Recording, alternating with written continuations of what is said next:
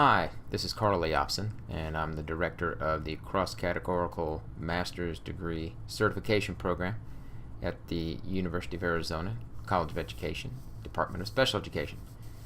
And I want to welcome you to the Fall 2012 semester. This is our update for students who are enrolled in the Categorical Master's Degree Program. What I want to do really briefly is provide some introductions. We're going to review program milestones to make sure that you are on track in your degree.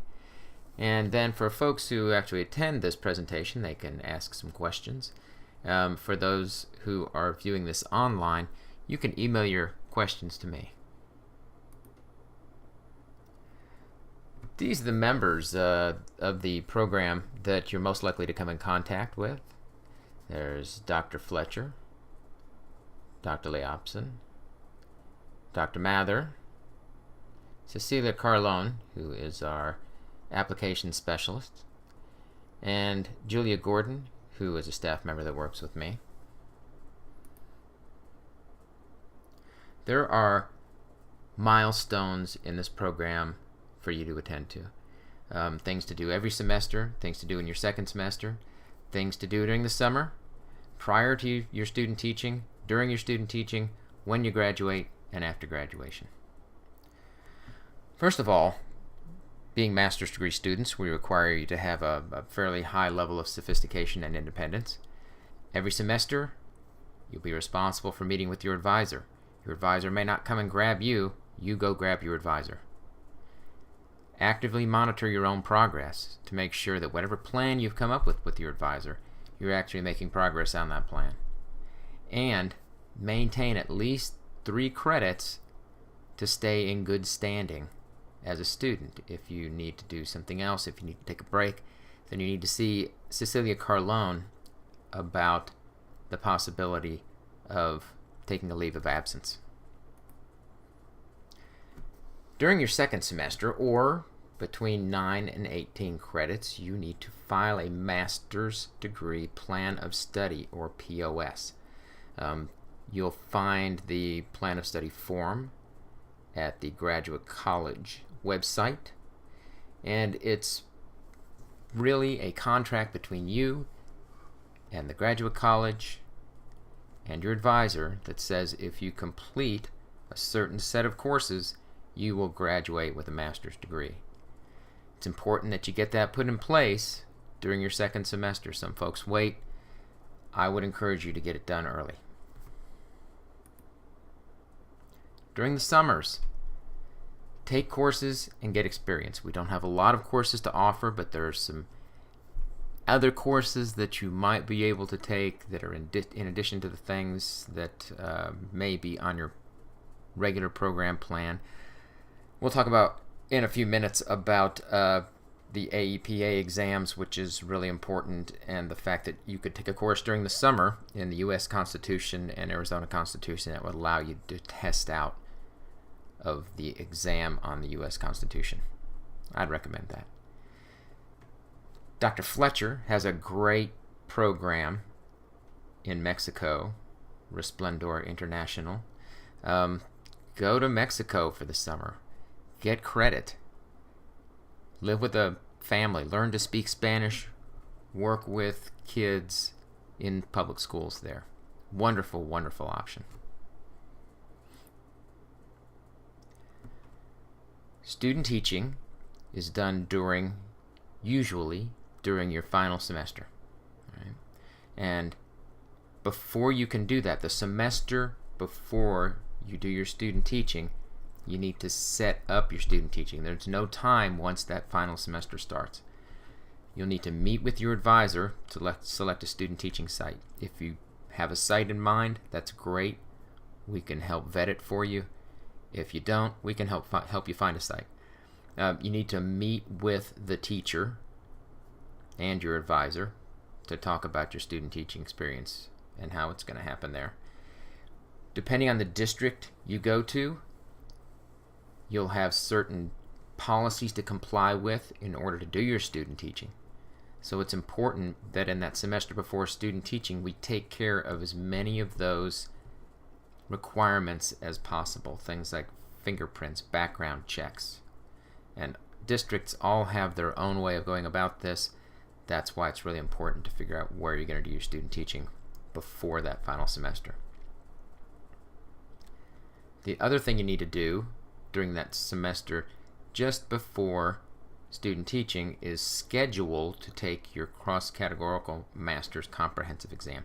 The exam is taken in the last semester, but you schedule it in the semester prior. Right?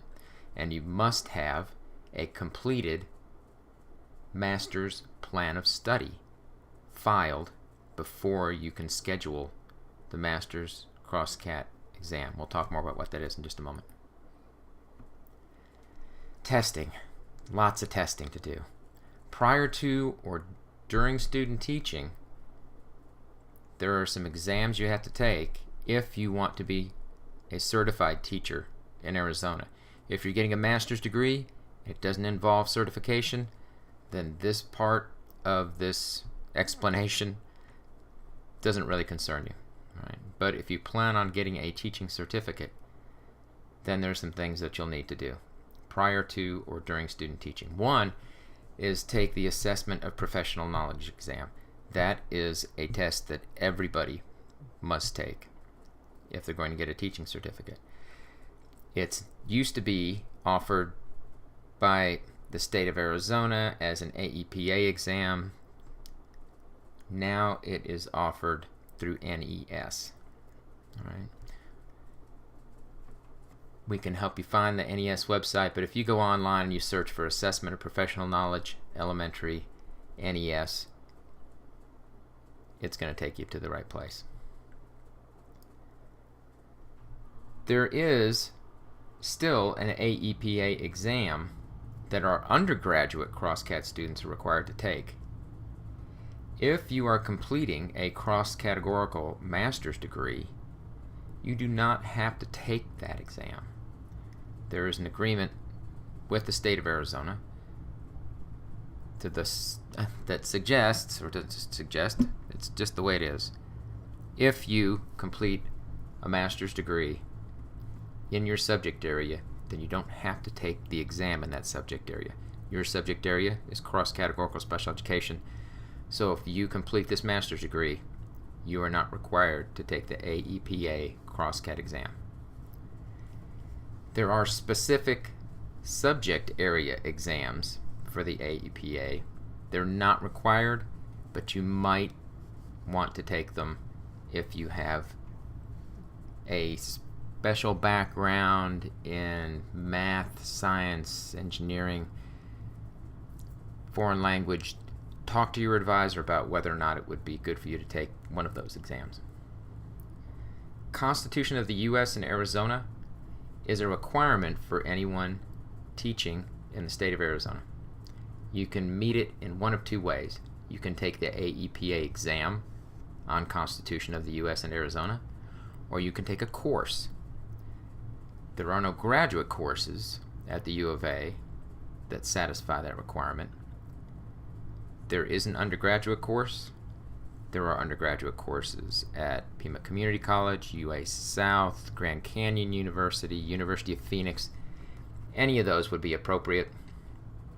Talk to your advisor and ask them which test you might want to take.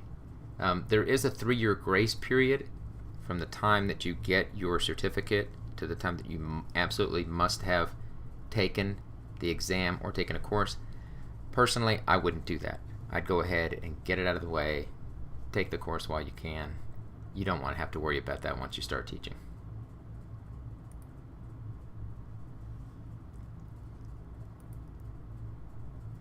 The NES test, Professional Knowledge Elementary, is a computer-based only a test. Okay, you sign up and you can take it, flexible times. All right, it's not taken on your computer at home. It's taken at their testing site on a computer. So what you'll need to do is go to the NES testing website and find out about how you sign up for the NES test. But it's all computer-based. If you have to take an AEPA test, and I don't think many of you will, but if you say choose to take the U.S. Constitution test, then you could take it on paper or via computer. Turnaround time for each of those is about, for the score report, is about a little over a month. Right? I don't know if there's a benefit to taking one over the other. Might just be your personal preference, and what date you can get into the test. The comprehensive exam. Every graduate student in our program must take the comprehensive exam. That's whether you are seeking a teaching credential or not. We will have a study guide for you, and we'll have a study session where people can come and ask questions about the study guide. It's a 3 to 4 hour exam where you come in, you sit down, there's some basic short answer questions that comprehensively cover the course of all your studies. There is a case study. There is a writing piece, but you have 3 to 4 hours to complete it. And you can talk to your advisor more about the categorical comprehensive exam.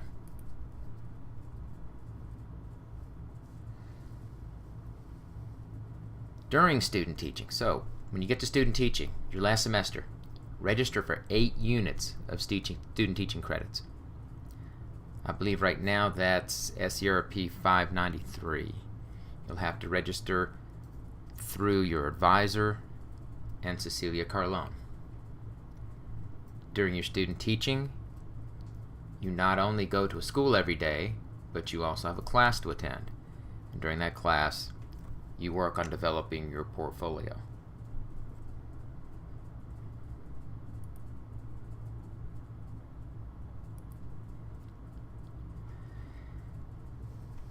Eventually, you're going to graduate.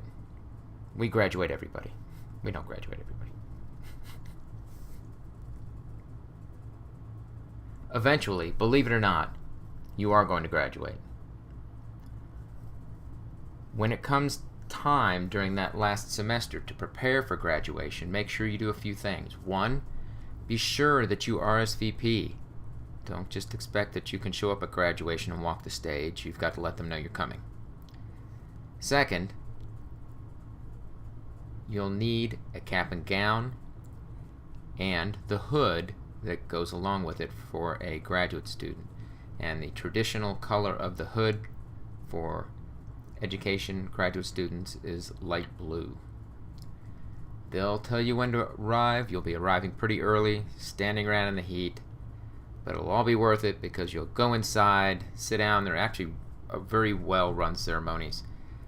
Invite your family, and afterwards be sure to go out and have an excellent celebration. After graduation, we're not going to let you go so easily. A few things still have to happen. 1 is that you have to apply for your IR, or institutional recommendation. An institutional recommendation is our agreement between you, the program, and the state that you have completed all of their requirements for certification. The University of Arizona, or the College of Education, issues an institutional recommendation for teachers that complete approved programs through the state. If you try to go to the state just with your transcript, you still may get turned down for a certificate. Make sure that you apply for an institutional recommendation. If you go to the College of Education website, search for the term institutional recommendation. It will fill you in on all you need to know about who to see and where to get your institutional recommendation. But you'll need it when you apply for your teaching certificate. During your last semester, Start asking for letters of recommendation early. All right? You want to be ready to hit the ground running as soon as you graduate to go out and look for jobs. And you don't want to have to rush people through their letters of recommendation. So figure out who you want to get letters from and get approval from them or get them to commit to writing letters early. We will be sending you surveys to complete and return to us, and we'll be asking that you stay in touch. So at this point in the face-to-face presentation, I'll be asking people to direct their questions to me. If you have questions after viewing this online, then send me an email. I'll list my email address below, and I'll try to get back to you with answers to your question just as soon as possible. Have a great semester. Look forward to seeing you in class.